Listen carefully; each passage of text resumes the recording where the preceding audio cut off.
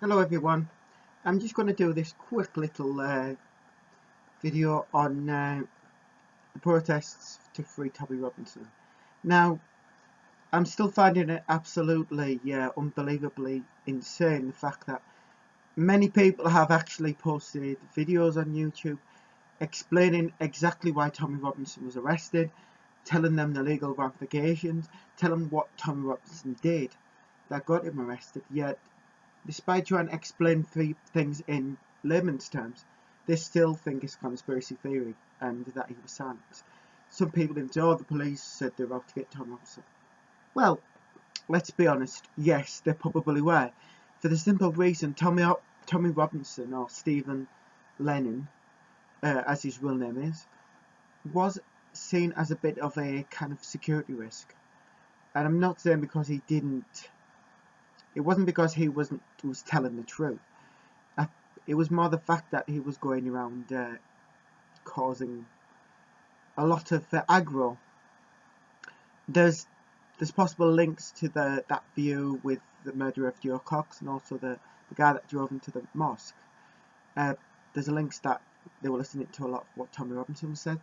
I have just been watching a video where a Muslim reporter confronts him, and rather than having a rational and reasonable debate, Tommy Robinson constantly tries to do a very strange tactic that the right like to do, and that is they like to shout over people. This is something Katie Hopkins does regularly.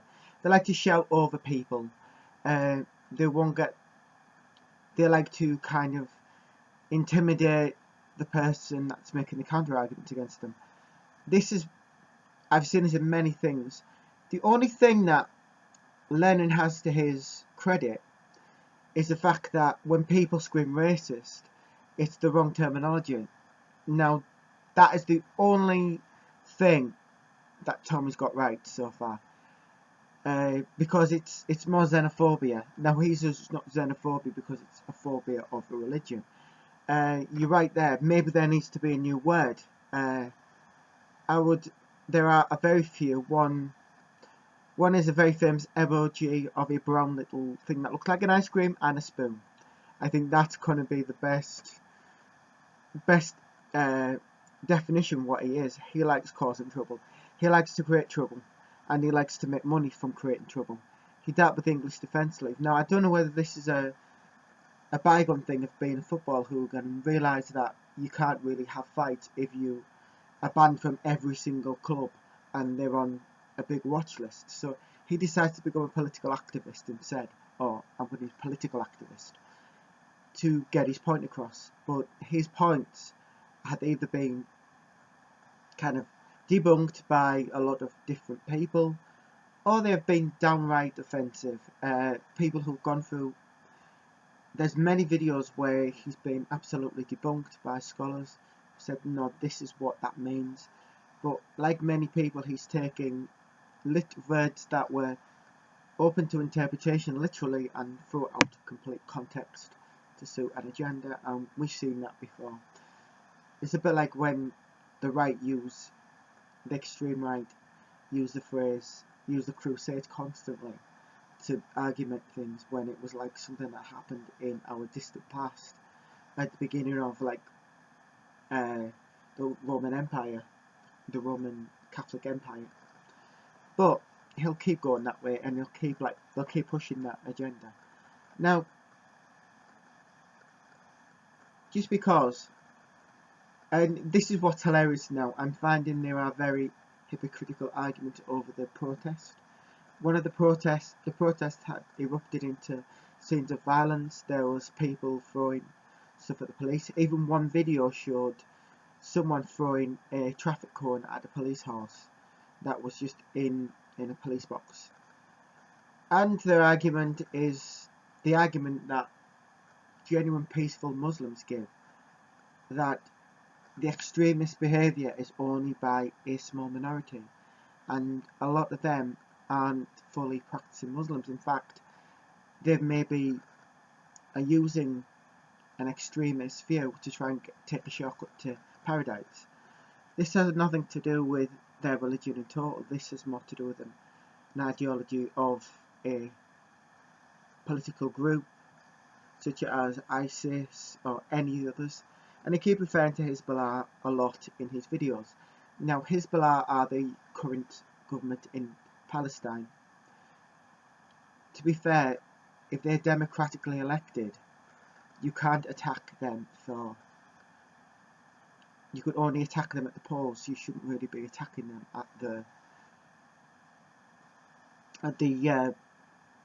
on the street. You see, and also another argument is how some Muslim states do not recognise Israel as a state. There is a very simple reason for that. You see, to a lot of Muslims, they believe that Israel was land that was stolen from them, and that's why they believe. But if you're a Muslim if you're a Jewish person in any other country, you're free to travel. There's no issue there. It's so a lot of the conflict that Muslims do have conflict is less about religion and more about the politics, and that is the truth. A lot of people that claim to be suicide bombers are actually being indoctrinated because there's been a massive power vacuum in places such as Iraq and Afghanistan because of interference from other countries. This happened throughout history. We've seen it happen in Germany after World War I. We saw it happen after the French Revolution when Napoleon rose to power. That is kind of what happens when you have a major black vacuum of power. You allow the potential for extremists to get in. But that has nothing to do with religion, that has to do with extremism. Now, another point that I think I'm going to make, which is a fair one, is the violence was horrendous. Now, there's nothing wrong with marching for a political cause. We've seen it on the 5th of November. We see it with the Guy Fawkes mask people of Anonymous, who do the Million Mask March all over the world. Now, they have a set code called Gandhi Tech. Now, what Gandhi Tech is, it's a specific rules of engagement that allow for a very peaceful protest without any issues. And the reason that you never hear anything is because they're not really newsworthy to the media broadcasts, because for them they're always happening all the time. So unless something I don't know, some protesters managed to storm Buckingham Palace, it's not newsworthy to them. And it's the same with the Tommy Robinson protests. It's not newsworthy until there's been major attacks happening. And even then, a lot of news readers believe that they should not give the oxygen of publicity to someone such as Mr. Robinson, because it serves no real purpose. It's especially for people that are supposed to be impartial, especially in the media. That's why they don't get a lot of coverage. Now, the question that gets asked, and this is I think this is a very interesting one. I've got asked, people ask, why did he get arrested in the first place? Well, it was quite simple. It wasn't the stuff he was saying so much, it was the way he was doing it. You see, if Tommy Robinson had waited a couple of hours after the trial had subsequently finished, he would not be in as much trouble as he is now. There was actually some blockades within the court case itself, and that was to prevent miscarriages of justice, also to protect witnesses and victims, and it was also to ensure that the fairest result based on the evidence was considered. Sadly though, Tommy Robinson, despite already being warned from another incident he'd already done and was now on a suspended sentence, decided to ignore all of that and just stormed in. Now, you could argue he did it for political reasons, because he knew that he would be arrested and that it would create more of a hype for him. George Clooney famously got himself arrested to raise a plight of a really powerful cause that he believed in, because he knew that his fame would give him that ability to do that. and there's nothing wrong with that. You can arrest yourself for political beliefs. That's fine.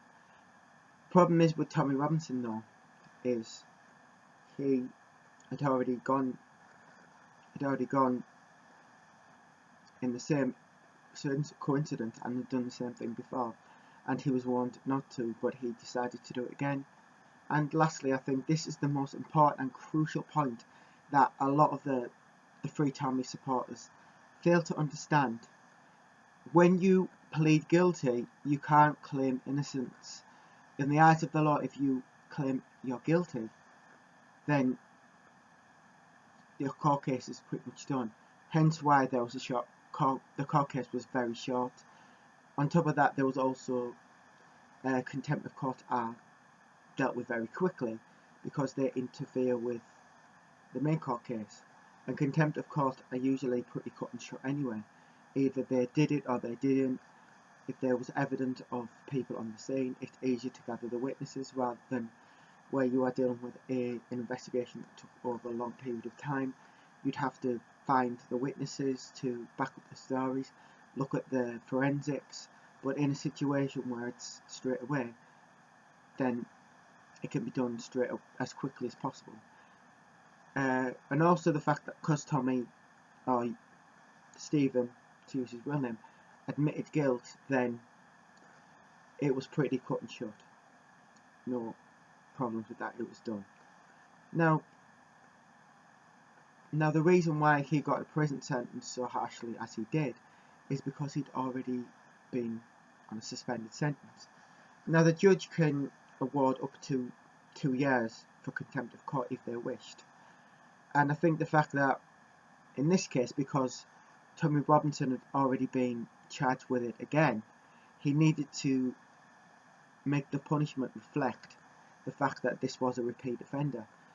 And there are many countries that have that very similar rule. I think there's in some states in America, there is the three strikes you're out rule, which means if you commit 3 crimes, then you can potentially have a life sentence, even if it's robbing a liquor store with an armed gun, stabbing someone, and then robbing a candy bar, shoplifting a candy bar. You are still arrested and still given life because of the terms of that condition. So it's worth bearing in mind that. Now I guarantee there will be a lot of people who will give hate to anything. They'll claim, oh, it's not Tommy Robinson, it's they're trying to suppress the truth. But let's face it, Tommy Robinson isn't so much telling the truth as he's kind of twisted it, using stuff that he's basically using people's worst fears against them for a political agenda. And they use people like Enoch Powell and stuff. That was another one. It's a very common tactic of the right wing to use a very scary scenario to make their cause just. An example of this is when there was a shooting, for example, in a school. Rather than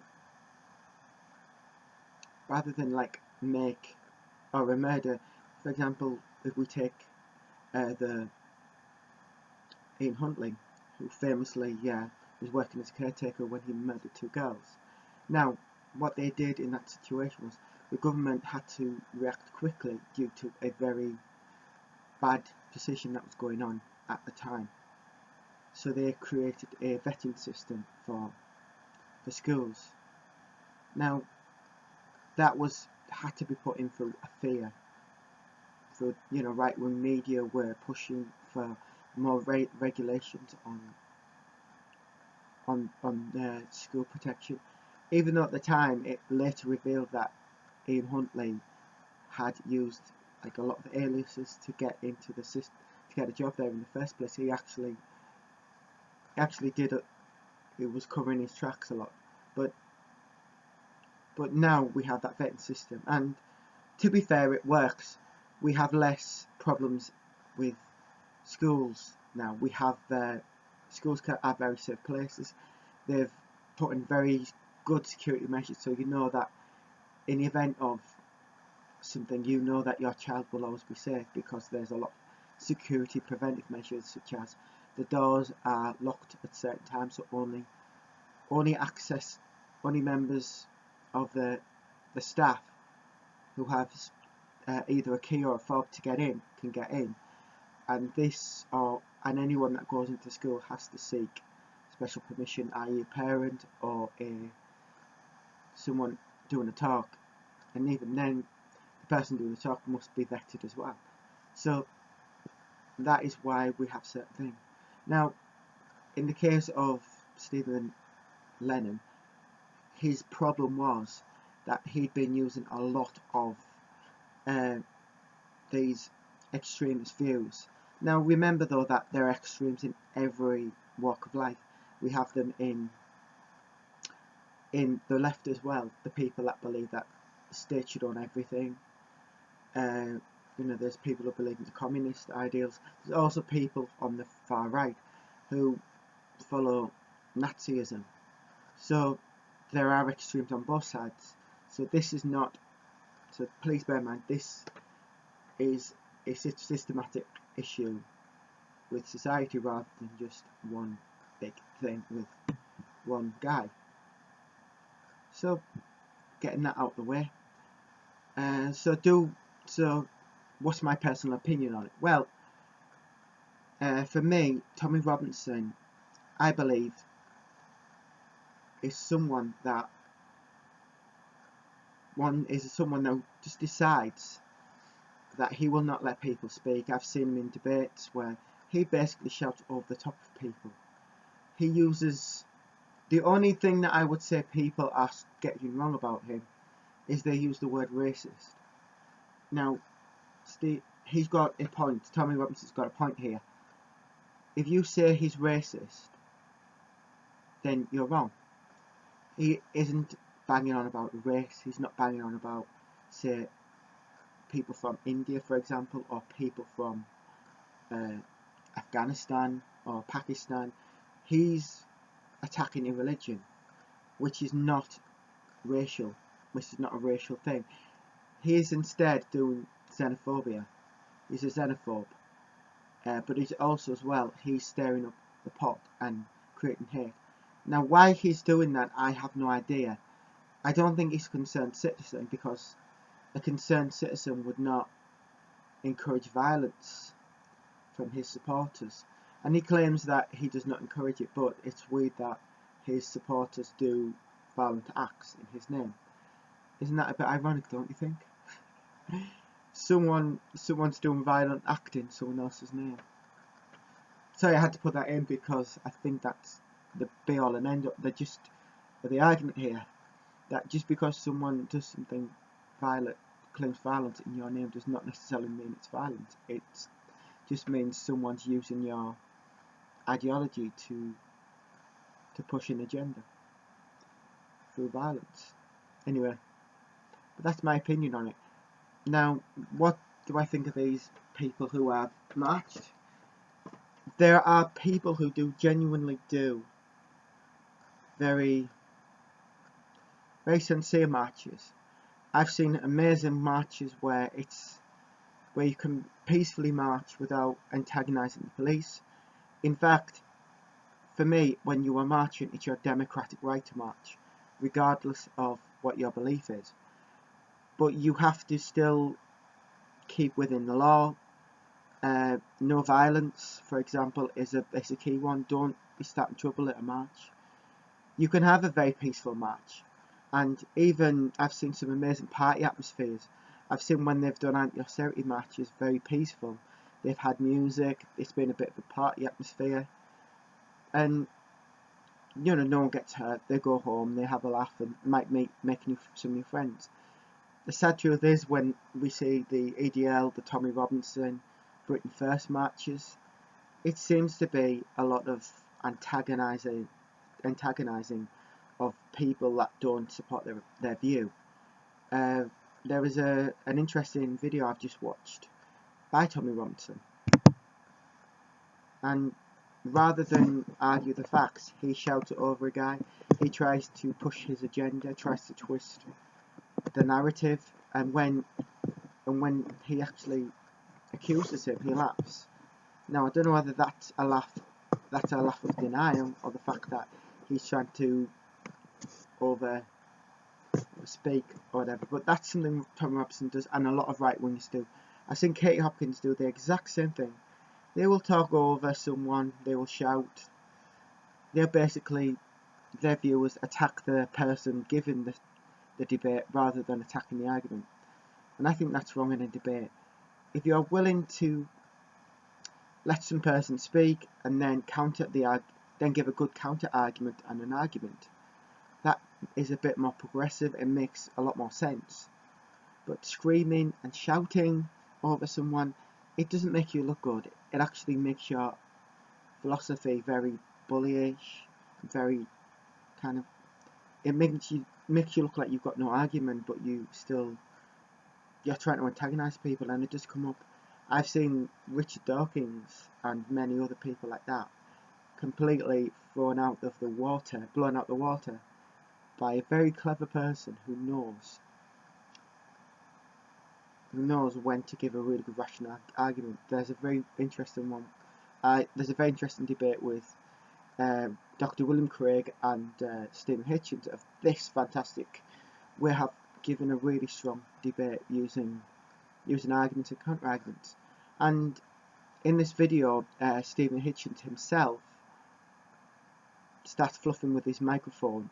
In other words, he's trying to drown out the sound of the argument. Whether you believe in that argument or not, I think is irrelevant in my point. But my point is a good argument. If you've got a good argument, as someone I went to college with told me, if you've got a good argument, you can make Hitler the greatest man on earth. And that's a really interesting point, I suppose. And he was good at debating, and he said, look, in a good debate you can make Hitler a humanitarian. So it does make you think about, if you want to get your agenda across, make sure you get your facts, study it, and also be aware that everything that you say, there's a strong chance that someone will counter it, someone will provide the evidence to back it, so you better be 100% sure that all your facts are correct before you even attempt a debate, because I guarantee you a good debater will have enough arguments against you that he'll just rip apart your argument in seconds, as with many people like William Craig Lane. He's did it with many different people. So there you go, that's my opinion. If you want to get your point across, don't use violence, march peacefully, don't shout over people in debates, and do your research. By doing that, your argument becomes stronger. And if your followers start doing violence, tell them to stop it. Tell them, please, no, this is not the way to do it. Amazing people like Martin Luther King. There were many other people such as Malcolm X who tended to be a bit more violent, but Martin Luther King advocated peace, and because he advocated peace, the police could not stop the things he was doing. There was no way to arrest people, or even the trumped up charges, people got arrested the next day because no laws were broken. But when you attack someone, you're going to get arrested, and it's going to look really terrible for your cause, especially when you're claiming that a sect of a certain faith or a certain ethnicity is dangerous, and you're the ones that are being more dangerous. Then you kind of lose your argument. But there you go, that's my opinion. I'll see you later, bye.